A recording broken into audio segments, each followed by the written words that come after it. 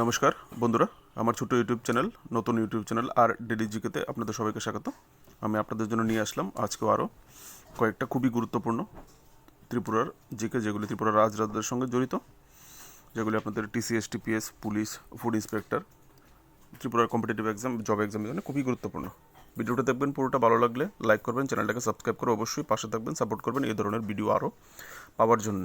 ঠিক আছে, প্রথম কোশ্চেনের নাম্বারটা হচ্ছে 57। এর আগে আমি আরও 56টি কোশ্চেন আলোচনা করেছি কয়েকটা ভিডিওতে, 5-6টা ভিডিওতে। ঠিক আছে, আপনারা গেলে আমার প্লেলিস্টটিকে দেখতে পারেন। প্রথম কোশ্চেনটা হচ্ছে, which Tripura king constructed Bhubaneswari temple at Udaipur. এখানে প্রশ্ন করা হয়েছে ভুবনেশ্বরী যে টেম্পলটা উদয়পুরে, সেটা কোন ত্রিপুরার কোন মহারাজা বানিয়েছিলেন? বন্ধুরা, এটার উত্তরটা হবে মহারাজা গোবিন্দমাণিক্য। ছবি দেখতে পারেন টেম্পলের, এই ছিল ভুবনেশ্বরী টেম্পল। এটা ত্রিপুরার পুরান যে উদয়পুর যে ত্রিপুরার রাজবাড়ি ছিল রাজরাজাদের, ওই রাজপ্রাসাদের পাশেই বানানো হয়েছিল, গোমতী নদীর তীরে। এটার বর্তমান অবস্থা 350 বছরের পুরনো মন্দির এই পর্যায়ে আছে। ঠিক আছে, একটা ছবি আপনাদের জন্য কালেক্ট করে দিয়েছি দেখার জন্য। মন্দিরটার হিস্ট্রি যাই, ভুবনেশ্বরী টেম্পলটা রাজনগর উদয়পুরে, যেটা আগরতলা থেকে 55 কিলোমিটার দূরে অবস্থিত। আর বিশ্বাস করা হয় বিলিভ টু বিল্ড ইন, এটা 1660 থেকে 1675 সালের মধ্যে এটা বানানো হয়েছে। Located next to the palace build by Maharaja Govindamanikya, যে গোবিন্দমাণিক্য যে রাজপ্রাসাদ বানিয়েছিল সেটার পাশেই। The Bhubaneswari temple has been immortalized by the Nobel literature Rabindranath Tagore in his Nobel Rajarshi and drama বিসর্জন।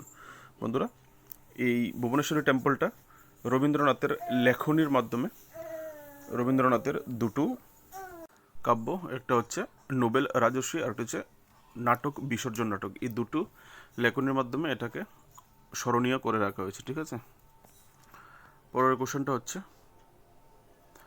What is the name of the big pond which is adjacent to the Tripureshwari temple. এখানে প্রশ্ন করা হয়েছে, যে পুকুরটা, বড় পুকুরটা ত্রিপুরেশ্বরী টেম্পলের একদম সংলগ্ন পার্শ্ববর্তী যে অবস্থিত, আমরা ত্রিপুরেশ্বরী মন্দিরে গেলে দেখতে পাই, সেই বড় পুকুরটা কোন মহারাজা, মানে পুকুরটার নাম কি? এখানে উত্তরটা হবে, এটা কল্যাণ সাগর। আমরা মাতাবাড়িতে গেলে যে পুকুরটা দেখতে পাই সেটার নাম কল্যাণ সাগর। ঠিক আছে, Kalyan Sagar lake was explored by the king Maharaja Kalyanmanikya. এটা কল্যাণমাণিক্যের যে পিরিয়ডটা ছিল 1625 থেকে 1660, এর ভিতরেই এই পুকুরটা খনন করা হয়েছিল। ঠিক আছে, আর এই পুকুরটাতে the pond is big place hosting lot of big fishes and tortoise. এখানে যদি যান, আপনারা যারা গেছেন তো অবশ্যই দেখেছেন, এই কল্যাণ সাগরে বড় বড় মাছ আর এগুলি কচ্ছপ দেখতে পাওয়া যায়। ঠিক আছে, পরের কোশ্চেনটা হচ্ছে, হু build Ujjayanta palace in Agartala. বর্তমানে আগরতলা যে রাজপ্রাসাদ উজ্জয়ন্ত প্যালেস যেটাকে বলা হয়, সেটা কে বানিয়েছিল? বন্ধুরা, এটা বানিয়েছিল রাধাকিশোর মাণিক্য। কবে বানিয়েছিল? The palace was build by Tripura king Maharaja Radhakishore Manikya of the Manikya dynasty between 1899 থেকে 1901 সালের ভিতরে উনি এই প্যালেসটার কনস্ট্রাকশন করেছিলেন। ঠিক আছে, সালটা মনে রেখে দেবেন, সালও জিজ্ঞাসা করতে পারে কখন বানিয়েছিল, কত সালে।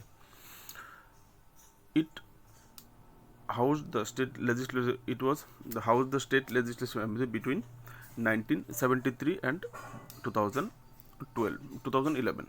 বন্ধুরা, এই যে উজ্জয়ন্ত প্যালেস, সেটা 1973 থেকে 2001 পর্যন্ত স্টেট লেজিসলেটিভ অ্যাসেম্বলি ছিল। যখন গুরকাবস্তিতে আলাদা করে সেক্রেটারিয়েট হয়ে অ্যাসেম্বলি বানানো হয়, তখন 11 পরে ওখানে শিফট হয়ে যায়।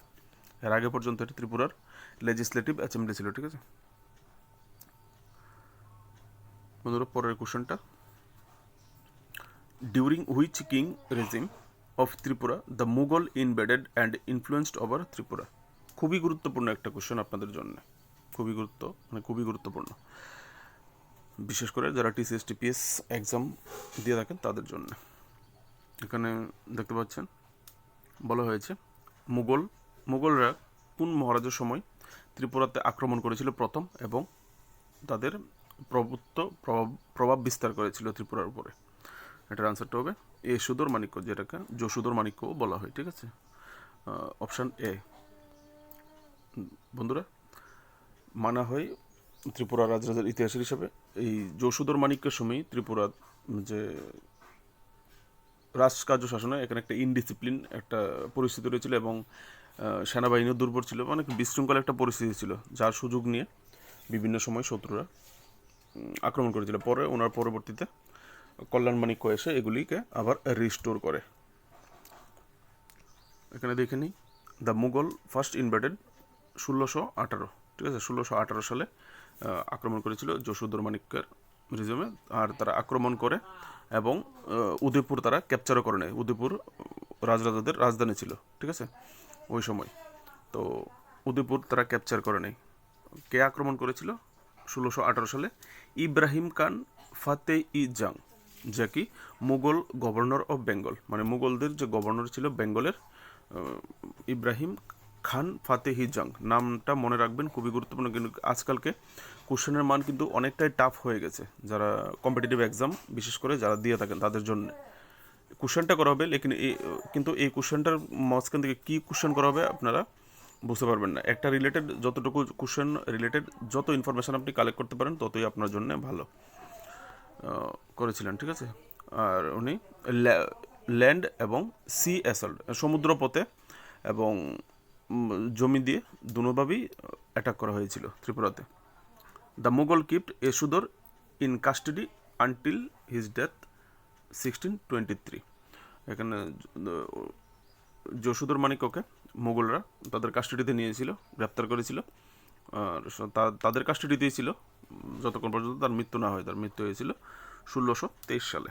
ঠিক আছে, নেক্সট কোশ্চেন, জগন্নাথ টেম্পল, যেটা আমরা আগরতলা জগন্নাথ বাড়ি যেটাকে বলে থাকি, Jagannath temple of Tripura build by which king? Jagannath টেম্পলটা ত্রিপুরার কোন মহারাজা বানিয়েছিল? বন্ধুরা, এটা উত্তরটা হবে রাধাকিশোর মাণিক্য। উনি যে সময় উজ্জয়ন্ত প্যালেস বানিয়েছিলেন, উজ্জয়ন্ত প্যালেসের সঙ্গে সঙ্গে উনি প্যালেসের পাশে মন্দিরগুলিও বানিয়েছিলেন। ঠিক আছে, লক্ষ্মীনারায়ণ বাড়ি, জগন্নাথ টেম্পল, এগুলি। ঠিক আছে, কারণ ত্রিপুরার যে রাজরাজারা ছিল সবাই হিন্দু ধর্মের প্রতি খুবই আস্থাভাজন ছিলেন। তাদের কনস্ট্রাকশন বিভিন্ন রকম মন্দির থেকেই বোঝা যায়। মহারাজা রাধাকিশোর মাণিক্যের যে পিরিয়ডটা ছিল 1896 থেকে 1909, মনে রাখবেন। ঠিক আছে, তো ওনার এই সময় যদি কোনো কনস্ট্রাকশনের কোশ্চেন আপনার বইতে আসে, তো আপনার সালটা যদি মনে রাখেন ওই সময় মহারাজা কে ছিল, তখন আপনি উত্তরটা ইজিলি বলে দিতে পারেন যে ওই সময় কোন মহারাজা এই জিনিসটা বানিয়েছিল। ঠিক আছে, আর 19th সেঞ্চুরিতে, এটা 1900 সালের আগেই টেম্পলটা বানিয়ে ফেলেছিল উজ্জয়ন্ত প্যালেস। আর ঠিক আছে, পরের কোশ্চেনটা হচ্ছে, হু build Kunjaban palace in Tripura? এই যে কুঞ্জবন প্যালেস, যেটাকে পুষ্পবন্ত প্যালেস বলা হয়, এটা কে বানিয়েছিল? এটার আনসারটা হবে, উত্তরটা হবে বন্ধুরা, বীরেন্দ্র কিশোর মাণিক্য বানিয়েছিল 1917 সালে। এখন দেখতে পারেন পুষ্পবন্ত প্যালেস, প্রথমে এটার নাম ছিল পুষ্পবন্ত। আমি ছবিটা দেখিয়ে দিই, হচ্ছে পুষ্পবন্ত প্যালেস, কুঞ্জবন প্যালেস। ঠিক আছে, হিস্ট্রিটা এখান থেকে দেখে নিই, যে কুঞ্জবন প্যালেসটা বানিয়েছিল। আর এটার নাম প্রথমে ছিল পুষ্পবন্ত প্যালেস, পরে এটাকে কুঞ্জবন প্যালেস নাম দেওয়া হয়। ঠিক আছে, আর এটা ছিল former royal palace of Tripura. Birendra Kishore মাণিক্যের সময় এটা রয়্যাল প্যালেস ছিল। ঠিক আছে, রাজার মানে মেন প্যালেস ছিল। It was build by Maharaja Birendra Kishore Manikya in 1947। It was the Raj Bhavan cum governor house বলতে পারেন। এটা রাজভবন ছিল ত্রিপুরার টিল 2018 পর্যন্ত এটা রাজভবন ছিল। পরে রাজভবন এখান থেকে শিফট করে বর্তমান যে আমরা সেক্রেটারিয়েট দেখতে পাই, সেক্রেটারির ভিতরে ওইদিকে আলাদা করে গভর্নর হাউস বানিয়ে নেওয়া হয়, তারপর ওখান থেকে চলে যায়। এই পুষ্পবন্ত প্যালেসে প্রত্যেক বছর 26শে জানুয়ারির দিন পুষ্প প্রদর্শনী মেলা হয়ে থাকে। ঠিক আছে, আজকের জন্য এতটুকুই। যদি কোশ্চেনগুলি আপনাদের ভালো লেগে থাকে, আরও এই ধরনের কোশ্চেন আপনারা পেতে চান, এই ধরনের ভিডিও আপনারা আরও পেতে চান, তাহলে অবশ্যই ভিডিওটিকে লাইক করে চ্যানেলটিকে সাবস্ক্রাইব করে সাপোর্ট করে পাশে থাকবেন। আপনারা এরকম আরও অনেক ভালো ভালো ভিডিও আপনাদের কম্পিটিটিভ এক্সামের জন্য পেয়ে থাকবেন। ভালো থাকবেন, নমস্কার।